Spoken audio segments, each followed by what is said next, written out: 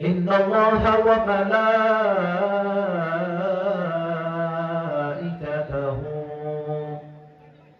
يصلون على النبي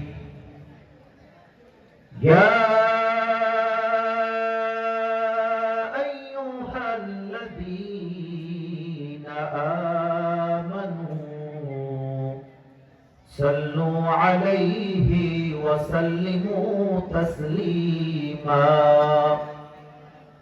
اللهم صل على محمد وعلى آل محمد كما صليت على إبراهيم وعلى آل إبراهيم إنك حميد مجيد استغفر الله الفلاح যুব সংঘ গোররা ও সুরাবাড়ি এর উদ্যোগে আজকে এই বিশাল তাফসীরুল কোরআন মাহফিল স্থান গোলরা সরকারি প্রাথমিক বিদ্যালয় মাঠ প্রাঙ্গণ। আমাদের আজকের এই মজলিসে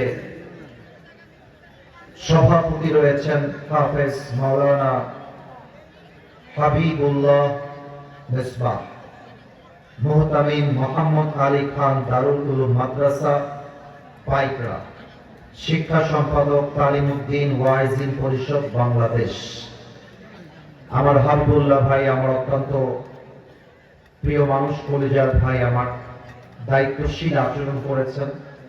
আমি আমাদের আজকের এই মাহফিলের মাথার তাজ আমার প্রিয় ভাই মাওলানা হাবিবুল্লাহ মিসবার জন্য দোয়া করি আল্লাহ তাআলা আমার প্রিয় ভাইকে যেন ইসলামের সৈনিক ওমর ফারুক রাদিয়াল্লাহু তাআলা আনহুর মতো কবুল এবং মঞ্জুর করে নেয়। পড়েন সবাই আওয়াজ দিয়ে আমিন। আমার পূর্বে কথা বলেছেন আমার প্রিয় কারি মাওলানা মোহাম্মদ আল আমিন শেখ সিরাজি, খতিব শাখারিয়া জামিয়া মসজিদ বগুড়া। বেসিক্যালি আমার ভাইয়ের জন্যই আপনারা আজকের এই মাহফিলের ডেটটা পেয়েছেন। ওনার একজন ভাই আছেন পরিচিত ফজলুর রহমান, আমার বাবা যেই মাদ্রাসার প্রিন্সিপাল, উনি একজন সেই মাদ্রাসার দায়িত্বশীল শিক্ষক। ওনার মাধ্যমে যোগাযোগ করবার জন্য আমরা ডেটটা দিয়েছিলাম, জাস্ট ওই আন্তরিকতার জায়গা থেকে। আমাদের ডেট দেওয়ার কোনো সুযোগ এখানে সেই সময়ে ছিল না। তো আমরা বিশেষভাবে কৃতজ্ঞ থাকবো আল আমিন শেখ সিরাজি ভাইয়ের জন্য।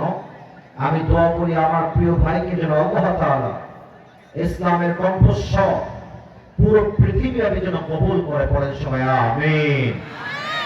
আমাদের আজকে এই প্রোগ্রামে বিশেষ করে কলিজার টুকরা যুবক ভাইরা সবচেয়ে বেশি পরিশ্রম দিয়েছে, মাথার ঘাম পায়ে ফেলেছে, বুকের তাজা রক্তকে পানি করে দিন রাত খেটে খেটে আজকের এই মাহফিলকে তারা বাস্তবায়ন করেছে এবং তারা অত্যন্ত দায়িত্বশীল। মাগরিবের নামাজের পর থেকে কল দিতেই আছে, হুজুর কখন আসবেন, আমাদের সবকিছু ক্লিয়ার আছে, টাইম মতো মাহফিল হবে। আমরা এমন কমিটি প্রত্যেকটা জেলায় চাই, প্রত্যেকটা থানায় থানায় চাই। আমরা চাই আমাদের মাহফিল শেষ হবে 9টার ভেতরে, যাতে করে আমরা ওয়াজ শুনতে পারি, ফজরের নামাজটা আমরা জামাতের সাথেও পড়তে পারি। কথা ঠিক আছে কিনা বলে? আমার যুবক ভাইরা পরিশ্রম দিয়েছে। আজকের এই মাহফিলকে পরিচালনা করেছে হাফেজ মোহাম্মদ তাওহীদুল ইসলাম, শিক্ষার্থী মাদ্রাসাতুল হেরা টাঙ্গাইল। অত্যন্ত চমৎকার তার কথা আমি শুনেছি। আমি দোয়া করে দিই আল্লাহ তাআলা, এটা আমার শেষ দোয়া, এটা বলেই আমি আমার ভূমিকায় প্রবেশ করব। আমাদের আজকের এই মাহফিলকে বাস্তবায়ন করবার জন্য যারা দিন রাত পরিশ্রম করেছে, 2 টাকা হলেও দান করে সহযোগিতার হাত বাড়িয়েছে, আমরা এক বাক্যে দোয়া করব, আপনারা জাস্ট জবান থেকে আমিন বলবেন আওয়াজ দিয়ে। আমি দোয়া করি আল্লাহ তাআলা সবাইকে যেন এই মাহফিলের ওয়াসিলা করে মৃত্যুর পরে জান্নাতুল ফেরদাউসের মেহমান হিসেবে কবুল করে। পড়েন সবাই আওয়াজ দিয়ে আমিন। আমার প্রিয় টাঙ্গাইলবাসী, কেমন আছেন আপনারা সবাই? আলহামদুলিল্লাহ, আলহামদুলিল্লাহ, আমিও ভালো আছি। এশারের নামাজের পরে পরে এত লোক পাওয়া যাবে, ইজ আনবিলিভেবল। যুবকরা না আসলে আজকের মাহফিলটা সম্পূর্ণতা পেত না। আমার মনে হয় আজকের মাহফিলে যত শ্রোতা এসেছে, যদি আমার ভুল না হয় তাহলে আমার মনে হচ্ছে 80% বেশি আজকের মাহফিলে কলিজার টুকরা যুবক ভাইরা এসেছে, ঠিক কিনা বলে? আমরা কোন বাড়তি কথা চাই না, আমরা চাইব কনস্ট্রাকটিভলি কিছু কথা বলতে। অল্প কথা, তবে তার ইম্প্যাক্ট, তার প্রভাব, তার আসর যেন সকলের কলিজায় গিয়ে আঘাত করতে পারে। আল্লাহ যেন আমাকে সবার জন্য সেই কথা বলার তৌফিক দান করে। আমরা সকলেই দিল থেকে পড়ছি আমিন। ভূমিকায় একটা মেসেজ দিব না, এখন আওয়াজ আসছে। এই ছেলেপেলে, কারা আওয়াজ করছো? তোমরা কথা বলছো কারা? Is this dissent manner? এটা কোনো ভদ্রতার মধ্যে পড়ে? শুরু থেকে দেখছি আওয়াজ চলতেছে। কেন রে ভাই? ভালোবাসি বলে কি সস্তা? মানে ভালোবাসায় কি উইকনেস হয়ে গেছে? ধমক দিতে আসি নাই তো মাহফিলে, ভালোবাসা দেওয়ার জন্য এই মাহফিলে এসেছি। কত কষ্ট করে এসেছি এটা একমাত্র আল্লাহ ছাড়া কেউ জানে না। সারা রাত জার্নি করেছি। বোঝার চেষ্টা করেন, আমি এখানে কথা বলতে এসেছি, আপনি কথা বললে হবে না তো। আবার কথা বলে কে বা ছেলে পেলে? কোনো কথা হবে না আমার কথা ছাড়া। আমি সবার পায়ে হাত রেখে আবদার রাখবো, আমি কোন অহংকারী মানুষ না। অন্তত যুবকরা জানো যে আমি কথা বলি, আমার মুখে একটা মুচকি হাসি অলওয়েজ থাকে। আমি মানুষকে ভালোবেসে কথা বলি। আমাকে সেই স্পেসটা দেন, দেখেন আমি কি কথা বলছি আপনাদের জন্য। Not a single word is allowed here. একটা আওয়াজ আর কেউ করবেন না।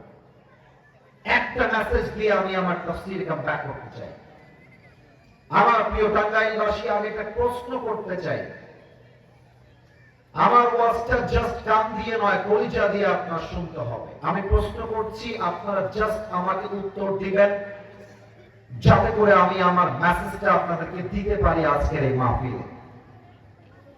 আপনারা কি আপনাদের জীবনে সুখী হতে চান? এই পাশে আওয়াজটা ভালো, এই পাশে আওয়াজটা আসে নাই।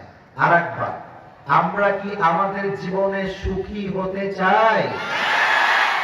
আমাদের মুখে কি আমরা অলওয়েজ মুচকি হাসি ধরে রাখতে চাই? আমরা কি একটা প্রশান্তময় জীবন আজীবন কাটাতে চাই? একটাই message, first and last message in this matter. প্রথম কথা, শেষ কথা, ভূমিকা। আজ থেকে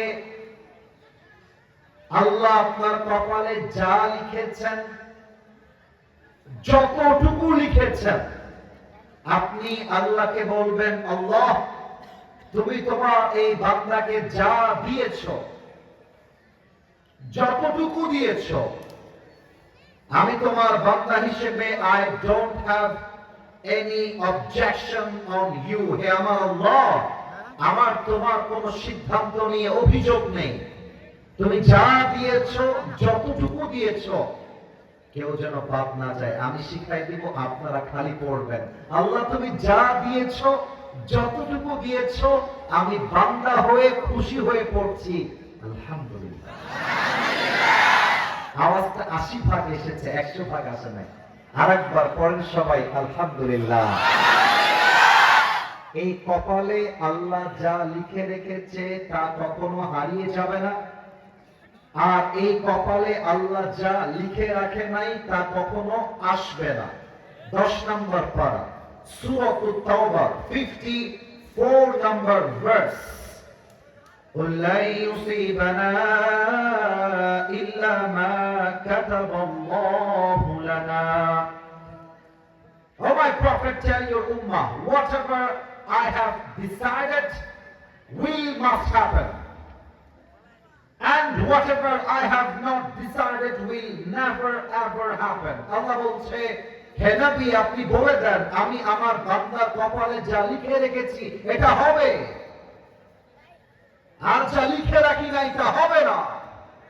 পারতপক্ষে কপালের লেখনী 50,000 বছর আগে লিখে দিয়েছে একজন। আওয়াজ দিয়ে বলেন সবাই, তিনি কে?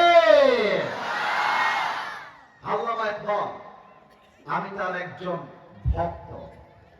তার লেখনী হচ্ছে উর্দু ভাষায়, বাট বাঙালিও যখন তার উর্দু লেখা পড়ে এবং বোঝে, আমার দিকে তাকা, তোর গায়ের পশম দাঁড়িয়ে যাবে, এত চমৎকার তার কথা। আমি সেই দিন আল্লামা ইকবালের একটা লেখনী পড়ছিলাম, এই আয়াতকে ঘিরে 8 লাইনের একটা চমৎকার কবিতা আল্লামা ইকবাল লিখেছেন। আমি উর্দুতে কোট করব and then I will translate in Bangla. আমার আশা আছে যুবকদেরকে উর্দু বললে, হিন্দি বললে বাংলা বলতে হয় না, ওরা হিন্দিও বোঝে, উর্দু বোঝে, আরবিও অনেক যুবক বোঝে, ইংরেজিও অনেক যুবক বোঝে। কথা ভুল না যে? আল্লামা ইকবাল লিখেছেন, जो तुम्हारे नसीब में है वो कभी छिन नहीं सकता, और जो तुम्हारे नसीब में नहीं है वो कभी तुम्हें मिल नहीं सकता। जो तुम्हारी जिंदगी से चला गया उस पर तुम्हें सब्र आना चाहिए, और जो तुम्हारी जिंदगी में आएगा उस पर तुम्हें शुक्र आना चाहिए। रब की फैसले अगर समझना चाहते हो तो ये अकल से समझे नहीं जाते। रब की फैसले समझने के लिए दिल में ईमान और यकीन की जरूरत होती है मेरे दोस्त। जिंदगी में जो बुरा वक्त है वो भी लिखा हुआ है, और अच्छा वक्त है वो भी लिखा हुआ है। अगर तुम कहते हो कि मेरे नसीब में बुरा वक्त आएगा तो मैं क्या करूंगा, और मैं तुम्हें कहता हूं खुदा पर यकीन रखो, बुरा वक्त ही कभी नहीं आएगा।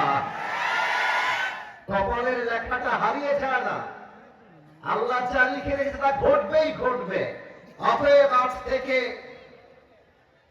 হতাশার কোনো কারণ নেই, বুক চিরে দাঁড়িয়ে যাও, আল্লাহর ভরসায় সাহসটা বাড়াও, আল্লাহর নামে আগুন জ্বালাও বুকে, সত্যের পথে চলো, সাহস রাখো মুখে, থেমে গেলে চলবে না, রক্তে আগুন ধরাও, আল্লাহর সৈনিক তুমি, সেই পতাকা উড়াও।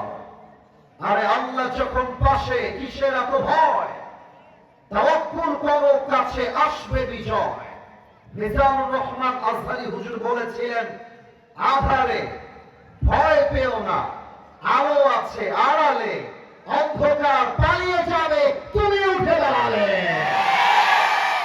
অনেক যুবক বসে আছে ছ্যাঁকা খেয়ে, দেখা হয়ে গেছে।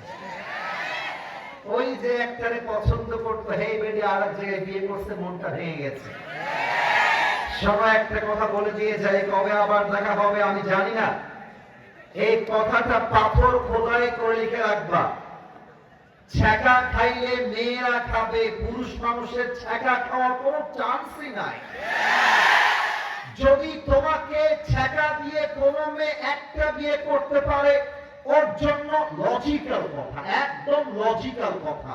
ও তোমাকে বাদ দিয়ে একটা বিয়ে করতে পারলে তুমি তো 4টে বিয়ে করতে পারবা।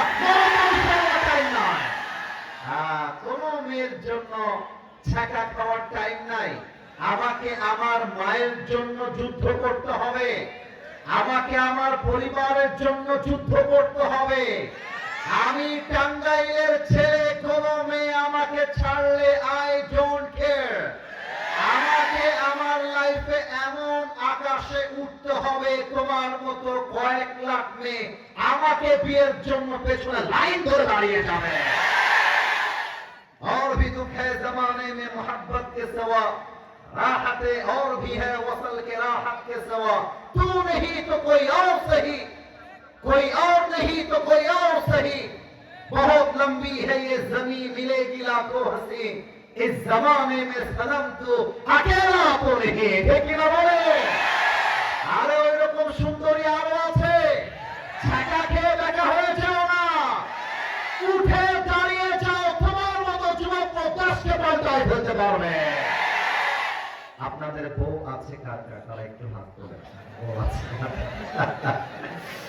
আচ্ছা, আপনাদের বউ আছে, হাত নামা। এবার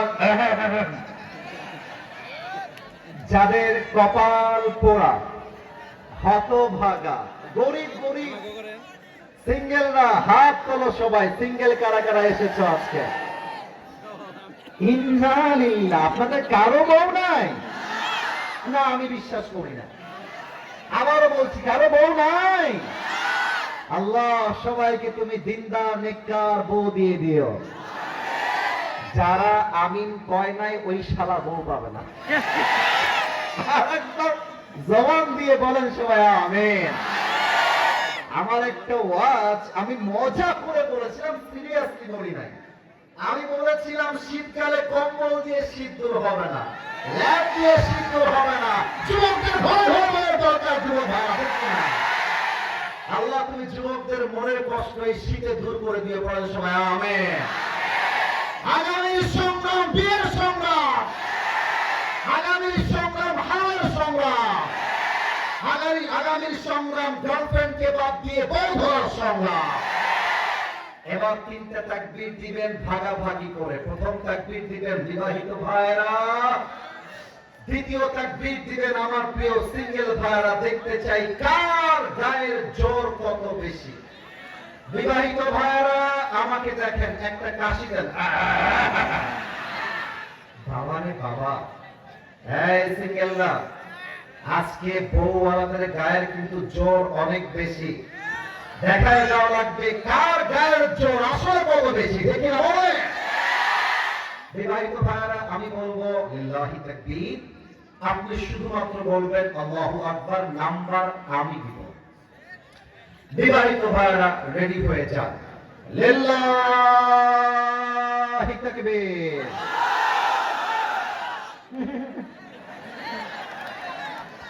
হয় নাই, সাউন্ডটা হয় না। আমি আরেকবার চান্স দিচ্ছি, দয়া করে মায়া করে।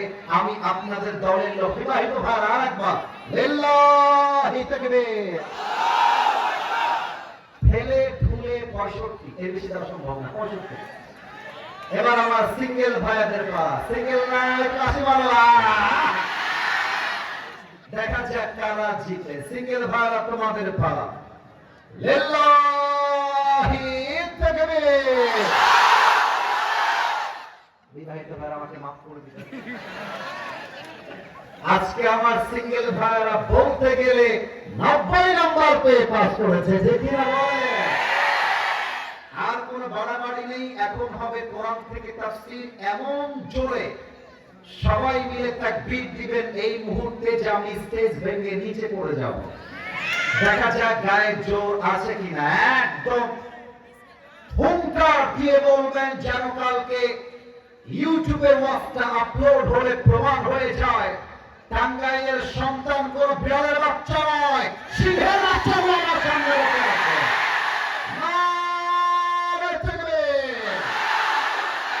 আল কোরআনের আলো,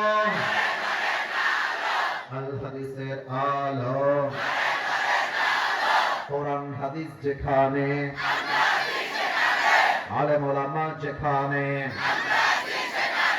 টাঙ্গাইলবাসী যেখানে, আল্লাহ তাআলা যেন কবুল করে। পড়েন সবাই আমিন। এতক্ষণ মজা করেছি, হেসেছি। এটা বিশেষ করে আমি করি যুবকদের জন্য। কারণ দেখেন, যুবকদেরকে যদি আপনি কানেক্ট করতে চান, ওদেরকে ওদের ভাষায় কথা বলে বোঝাতে হবে। আমার চিন্তা দিয়ে চললে হবে না, যুবকদের চিন্তা অনুযায়ী আমাকে চলতে হবে, তবেই যুবকরা আমার কথা শুনবে। আমি তোমাদের জন্য মজা তামাশা একটু করলাম, জাস্ট তোমাদেরকে অ্যাক্টিভ করবার জন্য। আমি এখন আর কোনো হাসি ঠাট্টার কথা বলবো না। So be serious, you have to be very serious. আমার চোখে চোখ রাখো, আমার ডান হাতের দিকে একবার তাকাও যুবক ভাইয়েরা, মুরব্বী আব্বা জানেরা, সবাই তাকান। এই কিতাবটার নাম দেখছেন, আওয়াজ কত কমে গেছে। আরেকবার, কিতাবটার নাম। এই কোরআনে কোনো ভুল আছে? ইমানের প্রশ্ন ভুল আছে? কোন সন্দেহ আছে? যালিকাল কিতাবু লা রাইবা ফীহি হুদাল লিল মুত্তাকিন। This is the book, the most authentic and reliable book in the world, whereof there is no doubt in it, a guidance to those who are muttaqin.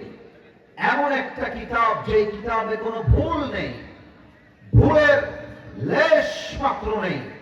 মুত্তাকিদের জন্য কিতাবটাকে গাইডলাইন করে পাঠিয়েছে একজন। আওয়াজ দিয়ে বলেন সবাই, তিনি কে? এই কোরআন থেকে আমরা আজকে যে সূরার তাফসীর পেশ করব, হ্যাঁ বামে কথা বলে কে এরা? Where is the volunteers? Volunteersটা কোথায় ভাইরা? ভাইজান, আপনাদের আমার আবদার আপনাদের কাছে, আপনারা একটু এদিকে দেখে রাখেন, কারণ ওয়াজের মাঝে আমি কাউন্টার দিলে ওয়াজের সৌন্দর্য নষ্ট হবে। আপনারা কথা বললে লেট দেম কিপ কোয়াইট, ওদেরকে চুপ করতে হবে, আপনি চুপ করাই দিবেন। আমি কোনো কাউন্টার দিব না, ওরা আমার ভালোবাসার মানুষ। যুবকদেরকে ধমক দিলে আমার কলেজে আঘাত লাগে, ওরা আমাকে ভালোবাসে তো, তাই না বলেন? তাফসীর করব যে সূরার থেকে, সূরাটার নাম হচ্ছে সূরাতুল ইনফিতার। এবার আমার টাঙ্গাইল বাসীর পালা, আমি চাই শেষ পর্যন্ত বাঘের বাচ্চার মতো গর্জন দিয়ে কথা বলতে হবে। সূরাটার নাম হচ্ছে সূরাতুল ইনফিতার। বলেন সবাই সূরাটার নাম। আওয়াজটা ৮০ ভাগ আসছে, ১০০ ভাগ চাই। সূরাতুল ইনফিতার। এই সূরাটা রয়েছে ৩০ নাম্বার পারা। আর একটু আওয়াজ চাই আগের চাইতে জোরে, বলেন সবাই কত নাম্বার পারা? আওয়াজ আসা শুরু হয়ে গেছে। এই সূরা রুকু সংখ্যা হচ্ছে একটা, বলেন সবাই কয়টা? এই সূরার আয়াত সংখ্যা হচ্ছে মোট ১৯টা, বলেন সবাই কয়টা? এই সূরার পর্ব হচ্ছে মাক্কি পর্ব। এটা মাক্কি চ্যাপ্টারে নাযিল হয়েছে, এটা মাক্কি সূরা। এবার আপনাদের পালা, সূরা ইনফিতার কি মাদানী সূরা না মাক্কি সূরা? এবার যে আওয়াজটা একটু কমে গেল, আরেকবার, মাদানী সূরা না মাক্কি সূরা? প্রতিটা সূরার তাফসীর পেশ করতে গেলে আপনাকে ৫টা বিষয়ে মাস্ট কথা বলতেই হবে। Look at my 5 fingers. ৫টা আঙ্গুল দেখে উত্তর দিবেন। যে কোন সূরার তাফসীর পেশ করতে গেলে কয়টা বিষয়ে কথা বলতে হয়? আর একটু জোরে, কয়টা? প্রথম হচ্ছে সূরা আয়াতের সঠিক তেলাওয়াত, এটা আপনাকে জানতে হবে। আপনাকে জানতে হবে এই সূরার আলোচ্য বিষয় কি। ৩ নাম্বার, আপনাকে জানতে হবে এই সূরার শানে নুজুল কি। ৪ নাম্বার, আপনাকে জানতে হবে আয়াতের সঠিক সাবলীল তর্জমা কি। সর্বশেষ আপনাকে জানতে হবে ব্যাখ্যা এবং শিক্ষা কি। এবার আপনাদের পালা, সর্বশেষ জানতে হবে ব্যাখ্যা এবং শিক্ষা। এই ৫টা বিষয়ে আজ আমি যতটুকু পারি, as much as I can, I will try my best level. আসুন আমরা প্রথমেই সূরা ইনফিতারের সেন্ট্রাল থিম বা সাবজেক্ট ম্যাটারটা জেনে নেই। এই সূরার আলোচ্য বিষয় আসলে কি? এই সূরার আলোচ্য বিষয় হচ্ছে the reality of the day of judgment. এই পুরো সূরার ভেতরে আল্লাহ তাআলা কিয়ামতের চিত্র কেমন হবে, কিয়ামতটা কেমন করে এস্টাবলিশ হবে, কিয়ামতের দিন মানুষের অবস্থা কেমন হবে, এই পুরো সূরাটাই হচ্ছে আল্লাহ তাআলা ডিসক্রিপশন অফ কিয়ামা, কিয়ামতের বর্ণনা দিয়েছেন সূরা ইনফিতার। এটা হচ্ছে এই সূরার আলোচ্য বিষয়। এবার আসুন আমরা জেনে নেই এই সূরাটা নাযিল হয়েছিল কেন, কোন উদ্দেশ্যে নাযিল হয়েছিল। হাদিসে আসছে মক্কার কাফেররা যখন আখিরাতকে ভুলে দুনিয়ামুখী হয়ে গেল, তারা পরকালের কথা শুনতেই চায় না। ইভেন অনেক মুসলমানরা পরকাল থেকে দ্বিমুখ হয়ে গেল। দুনিয়া দুনিয়া চাই, দুনিয়া চাই, দুনিয়া চাই। যখন সবাই দুনিয়ামুখী হয়ে গেল, সূরা ইনফিতার দিয়ে সবাইকে কিয়ামতের কথা স্মরণ করাই দিলেন একজন। বলেন সবাই, তিনি কে? এবার একটা প্রশ্ন করতে চাই আমার টাঙ্গাইলবাসীর কাছে, যাতে করে আমি বুঝতে পারি যে আমার শ্রোতা আসলে ইসলাম সম্পর্কে কতটুকু জানে। বাধাবার উদ্দেশ্য আমি আসিফ হুজুরের বিন্দু পরিমাণ নেই, জাস্ট উত্তর দিবেন আওয়াজ করে। বলেন তো সবাই, দুনিয়ার জীবনটা বেশি লম্বা না পরকালের জীবনটা বেশি লম্বা? আওয়াজটা আরেকটু জোরে চাই, ভয় পাবেন না। আমি কাউকে আটকাবার জন্য জিজ্ঞেস করি নাই। এমন কোন প্রশ্ন আমি করব না যে প্রশ্ন আপনার নলেজের বাহিরে হবে। এটা আপনি বুঝলেই পারবেন, আরেকবার উত্তর দিবেন। আমার টাঙ্গাইলবাসী জবান খুলে বলবেন, দুনিয়ার জীবন কি বেশি লম্বা না আখিরাতের জীবন বেশি লম্বা? 30 নম্বর পারা সূরাতুন নাজিআতের সর্বশেষ আয়াত, আল্লাহ রাব্বুল আলামিন বলছেন, কান্নাহুম ইয়াওমা ইয়ারাউনাহা লাম ইয়ালবাথু ইল্লা আশিয়াতান আও দুহাহা। আমার বয়স যদি আপনারা বলেন যে আসিফ হুজুরের বয়স মনে হচ্ছে 25 থেকে 30, এই মাহফিলে এমন মুরব্বী আছে যার বয়স 60। আমার মায়েদের মাঝে অনেক মা আছেন যার বয়স 65 প্লাস কিংবা 70। একটা 80 বছরের মুরব্বী যখন কিয়ামতকে দেখবে, পরকালকে দেখবে, আল্লাহ বলছে, সে ডাক দিয়ে বলবে, আল্লাহ আমার কাছে মনে হচ্ছে দুনিয়ার 80 বছরের জীবনটা just it was like on morning or on evening. পুরো দুনিয়ার জীবনটা আমার কাছে একটা সকাল কিংবা সন্ধ্যার মতো মনে হচ্ছে। আল্লাহু আকবার। এই সূরা আপনাকে সেই স্মরণ দিবে যে দুনিয়াটা আপনার আসল জায়গা নয়। এবার একটু আমার চোখের দিকে তাকান সবাই, লুক অ্যাট মাই আইস, চোখে চোখ রাখেন। আমার জামা যে আপনারা দেখতেছেন, ব্ল্যাক জুব্বা, এই যে ওয়েস্ট কোট, টুপি, আমি অহংকার ছাড়া একটা কথা বলছি, আয়াতের তাফসীর করবার জন্য, আর কোনো উদ্দেশ্য আমার নাই। সূরা ইনফিতারের বাস্তবতা হচ্ছে এইরকম, আমার দেহের এই যে ঘড়িটা আমার হাতে আছে, এটা বিদেশি ওয়াচ, অনেক দামি ঘড়ি। আমি অহংকার না, শো অফ না, কি বলছি আগে তা বোঝার চেষ্টা করেন। আমার এই টুপি পাকিস্তান থেকে আমি আমার জন্য অর্ডার দিয়ে বানিয়েছি। আমার এইটা দামি কোটি, দামি জুব্বা, দামি জুতা। আমি মাঝে মাঝে ভাবি, এত ব্র্যান্ডের ঘড়ি, জুব্বা, জামা, টুপি, চশমা, একটা ট্রাক এসে আমাকে জাস্ট আঘাত দিবে, আমার রূহটা বের হয়ে যাবে, আমার দেহের সব চাকচিক্যময় জামা খুলে আমাকে সাদা কাপড়ের কাপড়ে প্যাকেট করা হবে। এটার নামই দুনিয়ার জীবন, ঠিক না? রূপেরই গৌরবে সাজিয়াছ সাজ, গাওয়া যাবে নাকি যাবে না?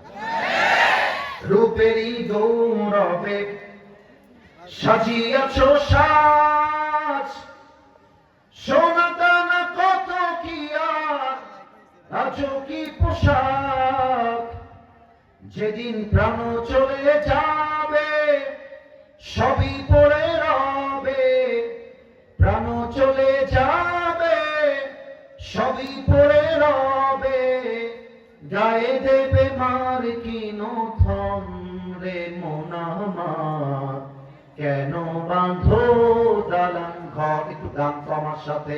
একদিন মাটির ভেতরে হবে ঘর রে মন আমার, কেন বাঁধো দালান ঘর। ঠিক কিনা বলে? দেহ তোমার চরম চর গলে পচে যাবে, শিরার উপর শিরাগুলি ছিন্ন ভিন্ন হবে, মঞ্জুমিরু দণ্ড সবই হবে খণ্ড খণ্ড, মঞ্জুমিরু দণ্ড সবই হবে খণ্ড খণ্ড, পড়ে রবে মাটির উপরে মন আমার, কেন বাঁধো দালান ঘর। একদিন মাটির ভেতরে হবে ঘর রে মন আমার, কেন বাঁধো দালান ঘর। ঠিক না বলে? এই কিয়ামতকে স্মরণ করবার জন্য, এই কবরকে পরকালকে স্মরণ করবার জন্য আল্লাহ রাব্বুল আলামিন সূরা ইনফিতার নাযিল করেছে। এবার আমরা আয়াত পড়ব আর তরজমার দিকে যাব। আল্লাহ বলছেন প্রথম আয়াত, ইদাস সামাউ ফাতারাত, when the sky splits open, যখন আকাশটা ভেঙে পড়বে, ওয়াইদাল কাওয়াকিবু তাতারাত, when the stars fall away, তারকাগুলো বিক্ষিপ্ত হয়ে ছিটকে ছিটকে পড়বে। এই তাফসীরটা বোঝার জন্য আমার হাতের দিকে তাকান। এটা আমার হাতে একটা কাগজ বা পোস্টার। টাঙ্গাইলবাসী, আমার হাতে এটা কাগজ বা পোস্টার। এই মুরব্বীরা হয়তো বা নাও বুঝতে পারেন, যুবকরা একটু এই কথাটা বোঝেন। আমি আমার বাচ্চাকালে একটা বল দিয়ে খেলতাম, এটার নাম হচ্ছে পিং পং বল। আপনারা নাম কখনো শুনছেন এটা? ওই যে কিছু রবার টাইপের, টিপ মারলে দেখবা গলে যায়, পানির মধ্যে রাখলে এটা আবার ফুলে যায়, এরকম একটা বল আছে। এটা তোমরা সবাই চেনো। আচ্ছা, আমি ওই বলটা চেনাতে চাই না, আমি তাফসীর করতে চাই, তাই বললাম, আদারওয়াইজ বলতাম না। মনে করো, আচ্ছা ওইটা আরো বাদ দিলাম, আর একটা সহজ এক্সাম্পল দেই। তাসবিহ আছে না, জিকির করি আমরা সুবহানাল্লাহ আলহামদুলিল্লাহ। আগে বলেন তাসবিহ আছে না নাই? তাসবিহ ভেতরে দানা, ছোট ছোট দানা আছে না নাই? এবার কেউ ডান দিকে দেখবেন না, এই যে বামে একটু কষ্ট করে তাকান, তাফসীরটা একটু বোঝার ট্রাই করেন যে কিয়ামতের দিন আকাশের তারাগুলো কেমন করে ছিটকে পড়বে। আল্লাহ এই আয়াতে তা বুঝিয়েছে। আমি এই কাগজের উপরে কয়েকটা তসবিহ দানা রাখলাম, দানা। এবার এটাকে আমি সমান করে রেখে দিয়েছি। এই কাগজটাকে এবার আমি ধরে একটা ছিটকা মারলাম, প্রত্যেকটা দানা ডানে বামে সামনে পেছনে ছিটকে ছিটকে পড়বে, উড়ে উড়ে পড়বে। আল্লাহ বলছেন কিয়ামতের দিন, ওয়াইদাল কাওয়াকিবু তাতারাত, the stars will fall away, তারকাগুলো বিক্ষিপ্ত হয়ে পৃথিবীর চতুর্দিকে ছিটকে ছিটকে পড়বে। এবার আল্লাহ বলছেন ওয়াইদাল বিহার ফুজ্জিরাত, সুনামি শুরু হয়ে যাবে, সুনামি।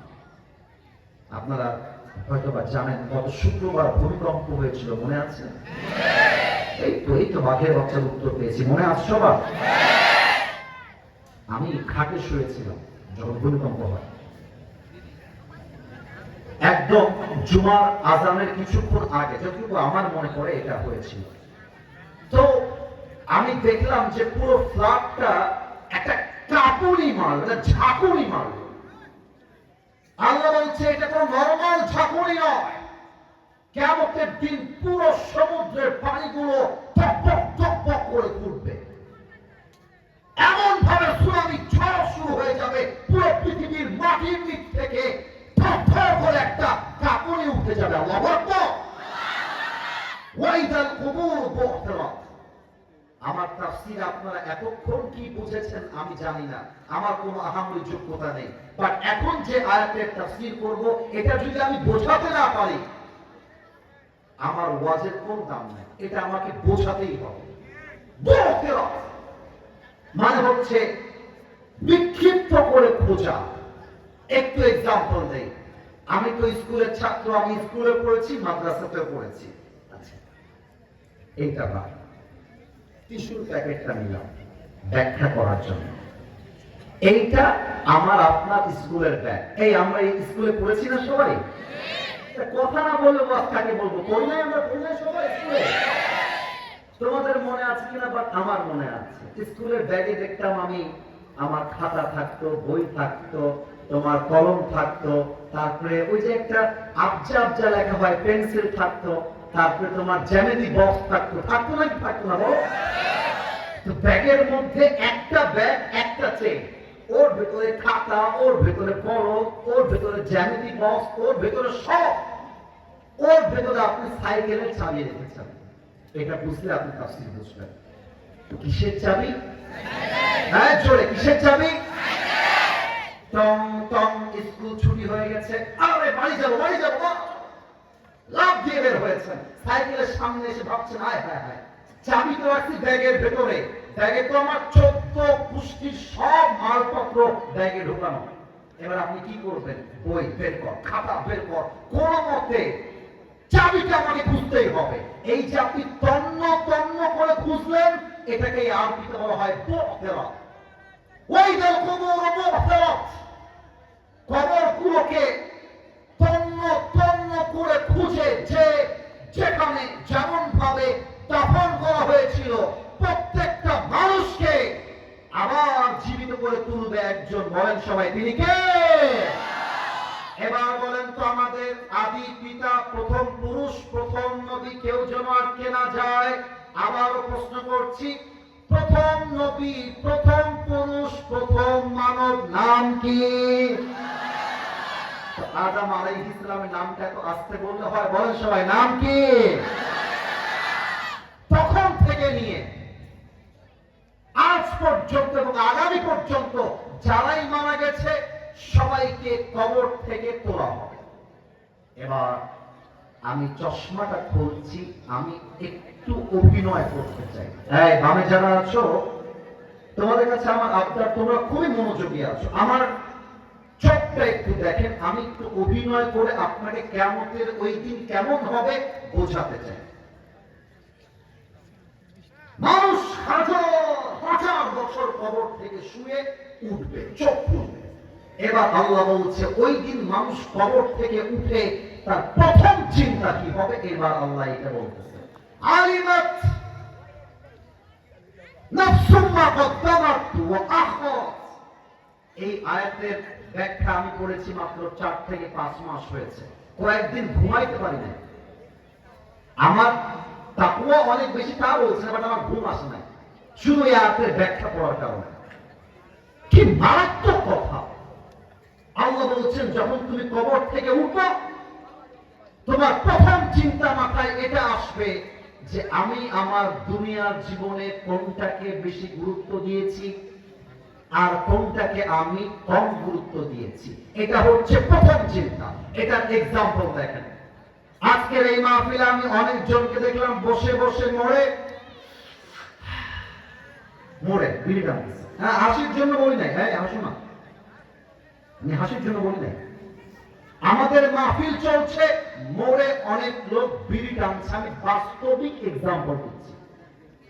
যেদিন কবর থেকে মানুষগুলো উঠবে, ওর প্রথম চিন্তা আসবে, ইস রে, আল ফালাহ যুব সংঘের উদ্যোগে আজ যদি আমি বিড়ি না খেয়ে তাফসীর মাহফিল শুনতাম, আমল করতাম, আজ কিয়ামতের দিন আমাকে এত বেশি পেরেশান হওয়া লাগতো না। ঠিক না বলে? 2 নম্বর এক্সাম্পল দিচ্ছি আমার মা বোনদেরকে নিয়ে। আম্মা জান, আমি আসিফ হুজুর আপনার শত্রু নই। আমি যা বলছি গায়ে মাখবেন না, ব্রেন দিয়ে বুঝবেন যে আমি সঠিক বলছি না ভুল বলছি। বেশিরভাগ মেয়ের কাছে আজকাল পর্দার চাইতে টিকটকে নাচা বেশি গুরুত্বপূর্ণ হয়ে গেছে। আমি তো অবাক হয়ে যাই, আজকালকার মেয়েরা অনেকে টিকটক করে, বোরকা পরেই টিকটক করে। বলো, কিয়ামতের দিন সে ভাববে হায় হায়, যদি আমি টিকটক না করে বোরকা পরে দিনদার হতাম, তবে কিয়ামতের দিন আজকে আমার জন্য এত পেরেশানি হতো না। এবার আমার আব্বা জানদের পালা, যুবকদেরটা এরপরে বলবো। আব্বা জান যারা এসেছেন, আমি আপনার পায়ে হাত রেখে একটা কথা বলতে চাই, দাড়ি রাখলেই জান্নাতি হওয়া যায় না আব্বা জান। 5 ওয়াক্ত নামাজ জামাতে পড়লেই আব্বা জান জান্নাতি হওয়া যায় না। আপনার ছেলের বিয়ের বয়স হয়েছে, আপনি বিয়ে দেন না, আপনার ছেলে পার্কে গিয়ে প্রেম করে, টিকটকে প্রেম করে, হোয়াটসঅ্যাপে প্রেম করে, মেসেঞ্জারে প্রেম করে, এই প্রত্যেকটা ড্রাইভার কিয়ামতে আব্বা জানকে বহন করতে হবে যুবক ভাই। বাবা সেই দিন ভাববে, ইস রে, আমি যদি আমার ছেলেকে হালাল ভাবে বিয়ে করে দিতাম, তাহলে আজ ওর গুনাহের ভাগ আমার মাথায় বহন করতে হতো না।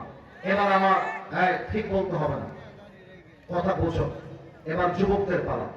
এই যুবক আমার দিকে একটু তাকাও তো। সরি, মাইকটা আমার কাছে, সরি। কেউ বাদ যাবেন না। আমার, তোমরা দেখতে পাচ্ছ তো, তাই না? আমার মুখে এই যে কালো কালো, এটার নাম কি? মাশাআল্লাহ, উত্তর পেয়ে গেছে। আরেকবার বলেন, নাম কি? কেউ আমাকে পাম দিবেন না, যা বলবেন মন থেকে। আমি যে দাড়িটা রেখেছি, তোমরা বলো, আপনারা বলেন, তোমরা বলবা। যুবক ভাইরা আমার, আব্বা জানেরা, আমাকে দাড়িতে কি আনস্মার্ট লাগতেছে? খ্যাত লাগতেছে? আমার ভাই বললেন, মিসবাহ ভাই, আমি কথা আপনি আমার সঙ্গে একমত হবেন। অনেক যুবক দাড়ি ক্লিন শেভ করে জাস্ট একজন মেয়ের কাছে পছন্দনীয় ছেলে হওয়ার জন্য। তোমার বোঝা উচিত, এই যুগে যেই মেয়ে দাড়িওয়ালা যুবককে পছন্দ করতে চায় না, সে তো তোমার বউ হোক, যতটাই আপনার যুবক ভালো না। অনেক মেয়ে আছে দেখবা, দাড়ি দেখলে চুলকানি শুরু হয়ে যায়, বলে দাড়িওয়ালা, হ্যাঁ চাচা, দাদা, নানা, টিটকারি মারে। আমি বলবো, আমি জানি আজকের মাহফিলে প্রত্যেকটা মায়েদের, বোনেদের দাড়িওয়ালা পছন্দ, this is my believe. But যেই মেয়েদের দাড়িওয়ালা পছন্দ নয়, তাকে উইথ ডিউ রেসপেক্ট বলে দিবা, আপনার মতো রুচিওয়ালি মেয়ের জন্য আমার মতো দাড়িওয়ালা সিংহ পুরুষ পারফেক্ট হবে না। আপনার মতো মেয়ের জন্য বিডিএফ এর হিজড়া ছাড়া সেকেন্ড অপশন আমাদের কাছে নাই। যেই যুবকগুলো আজকে দাড়ি ক্লিন শেভ করছে, ওই যুবকটা কিয়ামতের দিন উঠেই বলবে, হায় হায়, আমি যদি আমার দাড়ি ক্লিন শেভ না করে দাড়ি রাখতাম, তবে আজকে কিয়ামতের দিন আমাকে পেরেশান হওয়া লাগতো না। কথা ভুল বললাম না ঠিক বললাম? বলেন। এই যে একটা জিনিস বের করছি, সকলের পকেটে এই জিনিসটা আছে। এই যে না না, বাচ্চা বাবুরা কথা বলো না, যুবকদের মোবাইল ফোন পকেটে আছে। আমি যা বলছি হাসবা, বোঝার চেষ্টা করো। এখানে আলেম ওলামা আছে, মাদ্রাসার ছাত্ররা আছে। তোমরা আমার কথাকে ফাইজলামি হিসেবে নিও না। আমি একদম তোমাকে হাসির খোরাক দেওয়ার জন্য বলছি না, আমি আগে বলে দিলাম। অনেক যুবকের মোবাইল ফোন চেক করলে এখন পর্নোগ্রাফি খুঁজে পাওয়া যাবে। অনেক যুবকের, অনেক যুবক এই মাহফিলে এসে তার মোবাইল ফোন দিয়ে তার গার্লফ্রেন্ডের সঙ্গে চ্যাটিং করেছে এই মাহফিলে। অনেক যুবকের পকেট খুঁজলে পাওয়া যাবে ডার্বি বিড়ির প্যাকেট, এই মাহফিলে পাওয়া যাবে। অনেক যুবক এই মাহফিলে বসে আছে, আল্লাহর কসম, আমি কোন হাসি মজাকের জন্য এই কথা বলি নাই, আমি হাসির জন্য বলি নাই। অনেক যুবকের পকেটে এখন যদি আপনি খুঁজেন মোবাইল ফোনটা, আপনি পাবেন ওই যুবকটার পুরো অডিও গানের রেকর্ডের সব হিন্দি গান ভরে দেওয়া আছে। বলেন ঠিক আছে কিনা? বলে। এই যুবক ভাই, তোমার কাছে আজকে নামাজের দাম নাই, ফজর থেকে নিয়ে এশা পর্যন্ত একটা ওয়াক্ত নামাজ পড়া না। জুমার দিন আসে, কখন আসে জানো? যখন অলরেডি একামত শুরু হয়ে গেছে, কোন মতে লুঙ্গি বাঁধতে বাঁধতে আসে, ইমাম সাহেব আসসালামু আলাইকুম ওয়া রাহমাতুল্লাহ বলে আরেকটা ফেরাবে, তার আগে লুঙ্গি তুলে দৌড় মারে। দেখে আজ তোমার কাছে দুনিয়া গুরুত্ব পায়, আখিরাত গুরুত্ব পায় না। বাট যখন তুমি কবর থেকে উঠবা, আলিমাত নাফসুম মা কদ্দামাত ওয়া আখারাত, তোমার প্রথম কথাই হবে, আয় হায়, আমি যদি পরকালকে দাম দিতাম আর দুনিয়াকে পায়ের নিচে পিষে ফেলতাম, তবে আজ আমার জন্য জান্নাতের ফায়সালা হতো, ঠিক না বলেন? এবার বলেন তো, আমার নবীজির সবচেয়ে কলিজার টুকরা মেয়ে, বেঁধে যাবেন না, সবচেয়ে আদরের মেয়ে যার বিয়ে হয়েছিল আলীর সাথে, সেই মেয়ের নাম কি? জানে ওরা খুব অ্যাক্টিভ, বামে আপনারা বলেন না। এই হাদিসটা আমার শেষ হাদিস। আর একবার, মেয়েটার নাম কি ছিল? স্বামীর নাম কি ছিল? আলী রাদিয়াল্লাহু তাআলা আনহু। এবার একটা শেষ প্রশ্ন করব, যে উত্তর বাচ্চাও দিতে পারবে। বলেন তো, ফাতেমার গর্ভ থেকে দুইজন জান্নাতের সর্দার এসেছিল, এক হচ্ছে হাসান, দুই হলো? মাশাআল্লাহ, উত্তরটা এবার আসছে মনের মতো করে। আরেকবার, হাসান এবং ফাতেমা রাদিয়াল্লাহু তাআলা আনহা দুনিয়ার উপরে আখিরাতকে কত প্রাধান্য দিয়েছেন, একটা হাদিস পড়ব, and we will move on to the next, and that is application. আমরা দোয়া করে, আমার আবার অনেক দূরে মাহফিল আছে। এই প্রিয় ভাইরা 2 নভেম্বর ডেট নিয়েছিল, পরবর্তী সময়ে তারা পারে নাই, এই জন্য ক্যান্সেল হয়েছে। পরে বাদ মাগরিব দিয়েছি, তা আমি বললাম, ভাইজান বাদ মাগরিব না করে বাদ এশা করেন, অনেক লোক আসতে পারবে। সেই সুবাদে এই মাহফিলে আসা আপনাদের ভালোবাসায়, এইটা করে প্রায় 1.5 ঘন্টা দূরে আমাকে উঠতে হবে রাত 10টায়। অলরেডি টাইম আমার শেষ। বাক্য আছে, প্রবাদ বাক্য, শেষ ভালো যার, সব ভালো তার। আমরা শেষটা ভালো চাই। লাস্ট একটা হাদিস বলছি, ফাতেমার ঘরে